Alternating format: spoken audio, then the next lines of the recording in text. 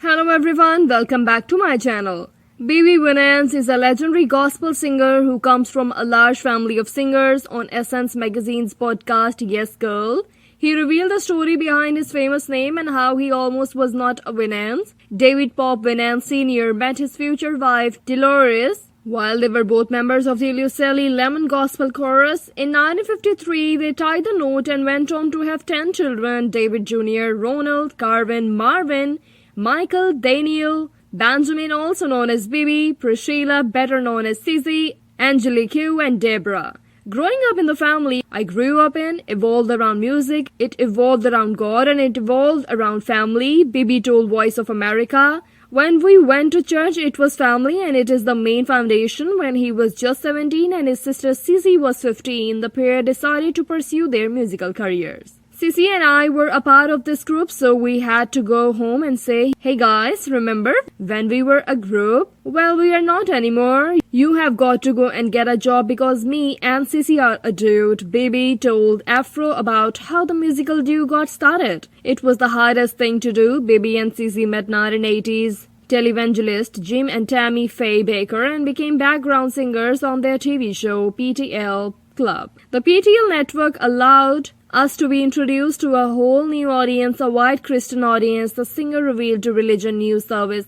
"And then when we started recording, we break down doors in the white Christian marketplace where they were not playing any black Christian artist on those radio stations." After leaving the PTL singers in 1987, brother and sister released their self-titled album Bebe and CeCe Winans, which earned Grammy, Dove, and Stellar Awards nomination. The pair became one of the first African-American artists to make it big on Christian music radio stations, opening the doors for the likes of Yolanda Adams and Donnie McClurkin. It's been 10 years since Bebe released his last solo album, America, America. This album is the culmination of the lessons I have learned through the struggles of balancing faith and fame, Bebe told Hallels about Need You. The album features a track called Born for This, which is also the name of Bebe's musical and his autobiography. The final title of his book is Born for This, My Story in Music. The book is a broader view and understanding of my childhood and also when CeCe and I left Detroit and joined up with Jim and Tammy Baker,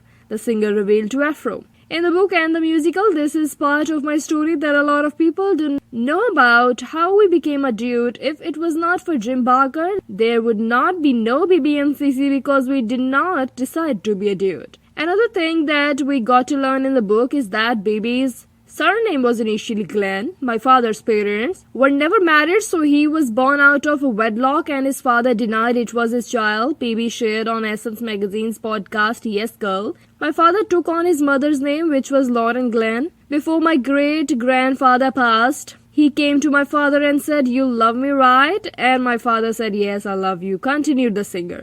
He said, "Well, I want my name to regain on this earth." He said, "Change your name," and my father said yes. And he marched us down to the courthouse and he changed our names from Glenn to Winans. Not everybody was happy about the name change. The Glens, my grandmother, were offended that after all this time, because Glens took care of my father, Bebe admitted to Afro. But David knew that that's what it was supposed to be. Though it was released mid-October, Born for This, My Story in Music already has mixed reviews. One reader felt it was very easy to read but never gets to the depths needed to really feel a connection to the author's story. Another reader felt differently, saying, "Once finished, you will feel as if you have known him, Bebe, for years." Thanks for watching. Like, share, and comment.